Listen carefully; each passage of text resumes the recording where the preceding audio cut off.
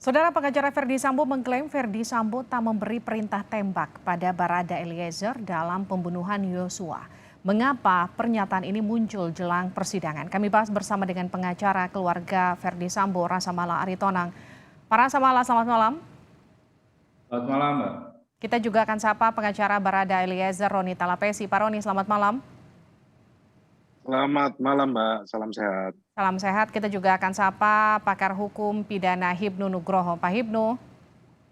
Selamat malam, Mbak. Oke, Sehat-sehat. saya ke Pak Rasamala dulu.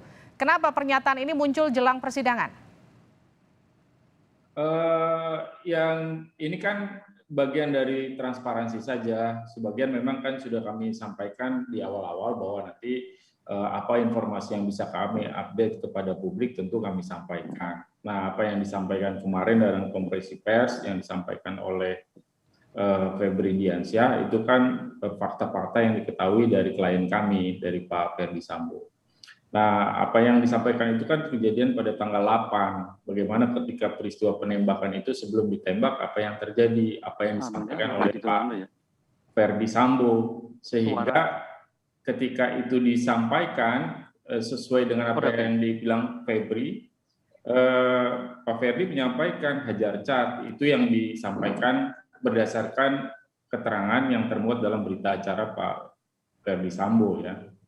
Saya kira itu dari sana gitu. Tapi kan ini ada rangkaian peristiwa yang cukup panjang, dari peristiwa di Magelang, kemudian peristiwa di Saguling, Duren 3, dan peristiwa setelahnya.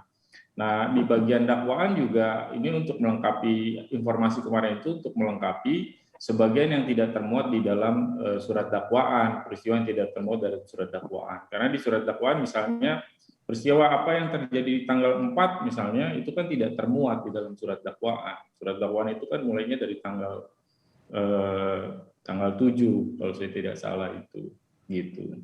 Pak Rasamala, ini kan rekonstruksinya sudah jelas ada perintah, tapi pengacara mengklaim saya perintahkan menghajar Ferdy Sambo. Menghajar, ini Ferdy Sambo ingin menyebut Eliezer salah persepsi. Apakah seperti itu maksudnya? Jadi ini bolanya sekarang dilempar ke Eliezer? Enggak, ini yang akan kita elaborasi nanti pada persidangan. Karena statement yang disampaikan keterangan dari Pak Ferdy Sambo itu kan hajar cat. Lantas bagaimana interpretasi Richard terhadap ajar itu? Apakah benar demikian yang dimaksud oleh Pak Ferdy Sambo? Sama meeting of mind nggak nih, ketemu nggak maksud yang disampaikan oleh Pak Ferdy Sambo dengan apa yang diinterpretasikan oleh Richard? Itu nanti akan dielaborasi pada persidangan nanti gitu. Makanya nanti kan kerangka dalam peradilan pidana kan kita akan bicara pembunuhan ini kan kalau dia 340 berarti ini ada dolus premeditatus, prinsip berencana, kesengajaan yang sebelumnya dengan perencanaan itu harus betul-betul bisa dibuktikan gitu. Jadi kesengajaannya harus sama nih dari semua pelaku, bisa dibuktikan bahwa punya meeting of mind yang sama terhadap perencanaan tersebut. Itu yang terutama nanti mesti dibuktikan dalam kerangka dolus premeditatus, dalam rangka konstruksi delik perencanaan gitu. Saya ke Pak Roni. Pak Roni, jadi hajar cat atau tembak cat, tembak, paling tidak itu yang beredar di publik. Yang betul yang mana? Versi Eliezer? Iya, Mbak. Yang dari keterangan saya, klien saya menyampaikan bahwa perintahnya adalah perintah tembak. Jadi jelas clear suaranya, tembak. Iya, narasinya tembak, bukan hajar ya?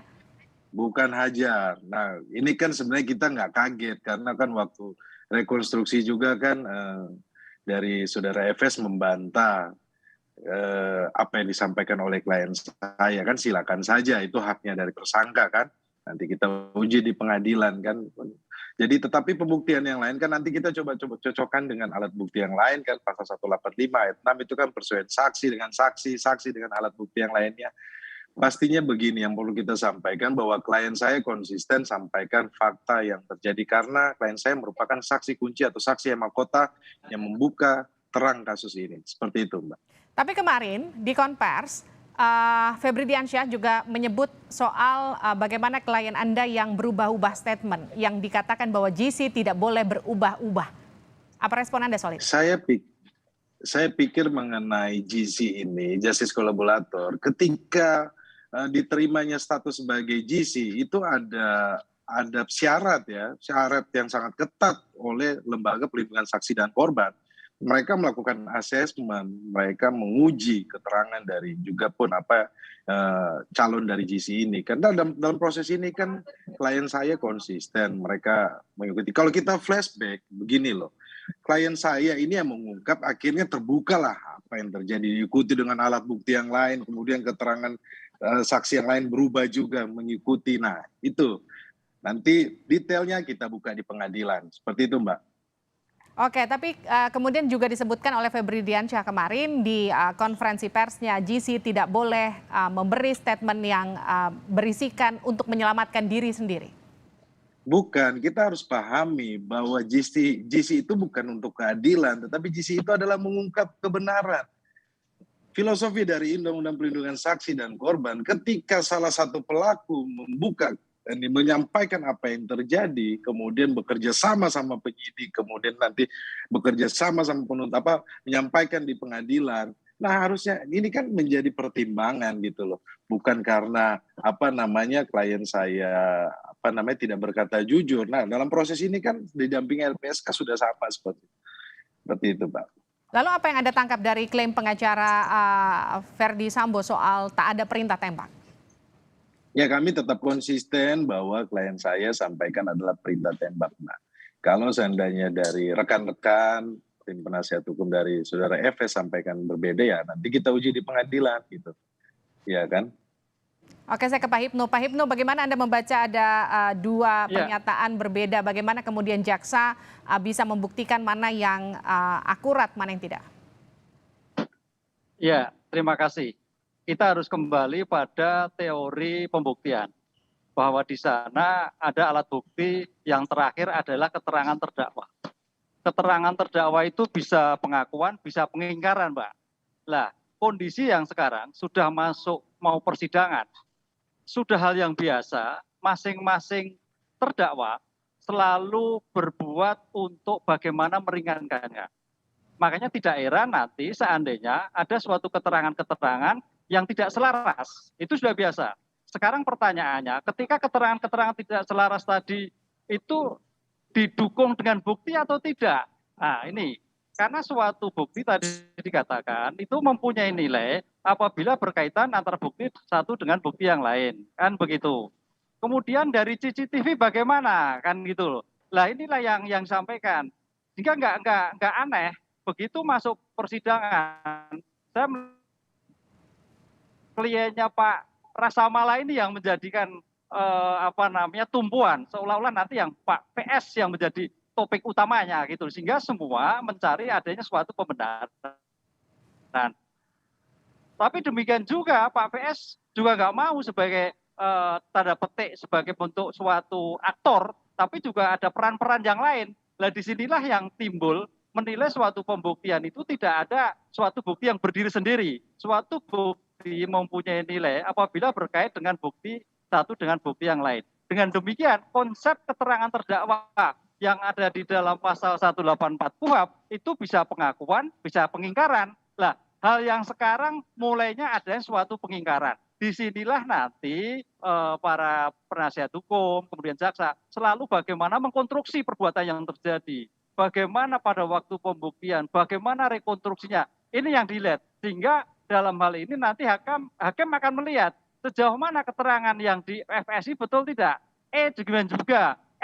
Begitu Mbak, yang harus kita nanti adalah persesuaian antara bukti satu dengan bukti yang lain. Oke, bagaimana kemudian jaksa nanti upaya-upayanya untuk meyakinkan hakim? Ya, jaksa selalu mengayakan. Kan ada suatu asas namanya actorius input onus probandi. Barang siapa yang menuduh itu harus membuktikan. Nah, disinilah maka jaksa berperilaku suatu subjektif mewakili korban, subjektif mewakili negara,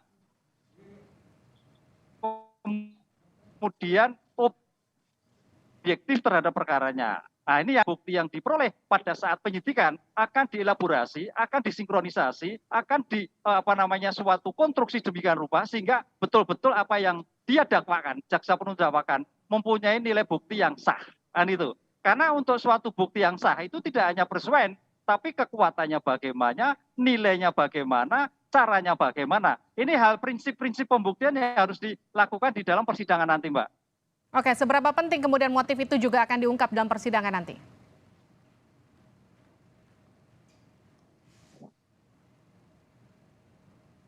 Pak Hipnu, Halo? seberapa penting motif juga akan diungkap dalam persidangan nanti? Motif penting kalau sudah di persidangan.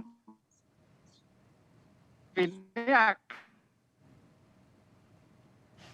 Oke, akan menjadikan nanti apakah sebagai hal yang persidangan itulah nanti motif pasti dibuka. Ini yang saya kira tinggal nilai yang disampaikan oleh Pak Rasa Mala, bagaimana motif yang dibuka? Ya harus dibuka. Kali nanti motif ini, syukur-syukur bisa meringankan dari 340 menjadi 380. Karena suatu kejahatan itu timbulkan motif pasti. Tapi begitu sudah terumus suatu rumusan, motif tidak tinggalkan. Nah ini yang faktor motif itu mempunyai nilai strategis di dalam pembuktian nanti dalam hal menjatuhkan suatu putusannya. oke, saya ke Pak Rasa Mala. Motif punya nilai strategis untuk menjatuhkan satu putusan bagi hakim. Bagaimana kemudian tim kuasa hukum dari Verdi Sambo untuk meyakinkan hakim terhadap motif yang selama ini diyakini ada dugaan pelecehan di sana? Ya, pertama gini, saya mau mendudukan dulu konstruksi dalam pembuktian di perkara peradilan pidana ini dalam posisi yang tepat ya. Berdasarkan ketentuan pasal 183 KUHP, kita kan menganut negatif weightless. Artinya hakim itu tidak akan menjatuhkan pidana kecuali berdasarkan keyakinannya dengan bukti yang cukup dia meyakini terjadi tindak pidana tersebut, ada pelakunya dan dapat dipertanggungjawabkan secara pidana itu. Nah, beban untuk meyakinkan hakim itu tidak ada di terdakwa, itu adanya di penuntut umum sesuai dengan ketentuan pasal 66 KUHP. Terdakwa tidak diwajibkan untuk membuktikan bahwa dia bersalah, yang harus membuktikan adalah si jaksa penuntut umum. Dalam semua konstruksi dakwaannya, harusnya jaksa juga memuat bagaimana jalan ceritanya. Kalau kami jelaskan di dalam konferensi pers yang lalu ada 3 fase, bagaimana jalan ceritanya. Kok bisa Pak Verdi Sambo bisa begitu emosional? Apa yang menyebabkan itu? Yang menyebabkan itu sehingga dia kemudian bertindak pada tanggal 8 misalnya. Artinya harus dilihat hubungan kausalitas dari timbulnya akibat terhadap rangkaian peristiwa-peristiwa yang menyebabkan timbulnya akibat tersebut. Sehingga ketika bicara bagaimana Pak Verdi Sambo bisa begitu emosional, apa yang menyebabkan peristiwa apa, itu juga menurut hemat kami itu seharusnya juga dibuktikan oleh jaksa penuntut umum. Nanti kami men-challenge dalam persidangan nanti, kami men-challenge apa yang disajikan oleh penuntut umum, berikut juga menyajikan fakta-fakta dan bukti-bukti yang kami miliki untuk memperkuat dalam kacamata, dalam perspektif klien kami, yaitu Pak Verdi Sambo maupun Bu Putri. Begitu cara bekerjanya. Jadi bukan dituntut kepada terdakwa untuk membuktikan, jaksa penuntut umum yang punya kewajiban membuktikan konstruksinya. Tinggal nanti apakah dakwaan yang dibangun dalam konstruksi penuntut umum itu lengkap atau tidak lengkap. Kalau dia tidak menceritakan keseluruhannya, maka bagian itu nanti tentu kami juga punya kesempatan untuk menyampaikannya. Kerangkanya begitu menurut saya. Bagaimana Pak Hipnu? Ya, memang makanya nanti di dalam suatu teori itu ada namanya asas asas non-incretion. Ya, asas non-incretion artinya bahwa seorang tersangka itu terdakwa itu tidak dibebani pembuktian, kan begitu, Pak. Tapi artinya walaupun tidak dibebani pembuktian, tersangka terdakwa itu kan bisa mengajukan kesaksian yang meringankan, kan itu loh. Ataupun suatu hal keterangan-keterangan yang bisa membantah. Karena ingat ya, namanya suatu persidangan itu adalah suatu bentuk pengujian tentang bukti, pengujian tentang suatu keterangan, kan itu loh. Makanya dalam hal seperti ini di dalam persidangan pun bisa juga nanti ada keterangan yang dicabut, bisa juga ada keterangan yang diralat, kan itu. Dengan demikian konsekuensi dari pembuktian ini merupakan suatu yang betul-betul dicermati dan penasihat hukum juga mencermati, sehingga apa yang dicari dalam suatu teori pembuktian mencari kebenaran material itu betul-betul akan ditemukan. Kan itu, Mbak, caranya seperti itu. Oke, saya mau ke Roni. Bung Roni, kalau kita bicara soal posisi Eliezer yang akan menjadi saksi kunci atau saksi mahkota di persidangan nanti, seberapa yakin Anda, klien Anda nanti tidak akan berubah lagi kesaksiannya di persidangan? Ya, perlu kita sampaikan kepada publik, tidak usah ragu bahwa klien saya tetap akan konsisten menyampaikan apa yang diketahui dia dan yang sudah dituangkan dalam berita acara pemeriksaan ya. Dan kita prinsipnya adalah kooperatif, tetapi memang kalau apabila memang yang disampaikan oleh tim penasihat hukum rekan-rekan saya, Mas Febri dulu, makanya saya hari ini klarifikasi juga kan, maksudnya kita bersabar lah, kita tunggu sampai di persidangan, kemudian kita sama-sama uji sesuai dengan hukum acara, kemudian dengan alat bukti yang lainnya kan. Tapi dalam hal ini perlu kita sampaikan bahwa klien saya siap untuk menghadapi persidangan, seperti itu Mbak. Oke, sesiap itukah juga Ferdi Sambo dan juga Putri Chandrawati, Pak Prasamala? Ya, tentu ini kan bukan soal siap tidak siap, karena pada waktunya hari Senin nanti kan persidangan dimulai dan semua terdakwa tentu harus siap. Hanya memang begini, itu yang kemarin kami soroti, memang kan kita juga mendorong bahwa ini karena ada keterangan justice collaborator, Richard sebagai justice collaborator, tentu tadi disinggung juga sama Prof. Hipnu soal perolehan bukti. Artinya apakah ini kan soal admissibility evidence, perolehan alat bukti yang dianggap sah. Nah, apakah keterangan-keterangan itu diperoleh dengan cara-cara yang sah, itu kan mempengaruhi nilai alat bukti itu sendiri. Nah, kami kemarin juga mendorong supaya dalam keterangan JC ini, karena sebelumnya kami mendapat informasi ada beberapa perubahan-perubahan dilakukan oleh Richard, maka kami mendorong supaya Richard kalau memang sebagai JC, dia tidak hanya menyampaikan keterangan sekedar menjustifikasi apa yang didakwakan oleh jaksa penuntut umum, jalan cerita jaksa penuntut umum, tapi betul-betul menyampaikan fakta yang sebenarnya, karena terminologi justice collaborator itu artinya bekerja sama untuk menegakkan keadilan, menegakkan hukum berdasarkan fakta yang sebenarnya. Itu terminologi justice collaborator. Sehingga harapannya nanti Richard bisa menyampaikan apa yang memang benar-benar dialaminya, diketahuinya langsung. Jadi dia tidak hanya menjustifikasi apa yang disampaikan cerita jaksa penuntut umum. Nah, harapannya nanti hakim juga dengan teliti dan dengan cermat menilai soal keterangan itu. Sekali lagi penting untuk memberikan keterangan secara konsisten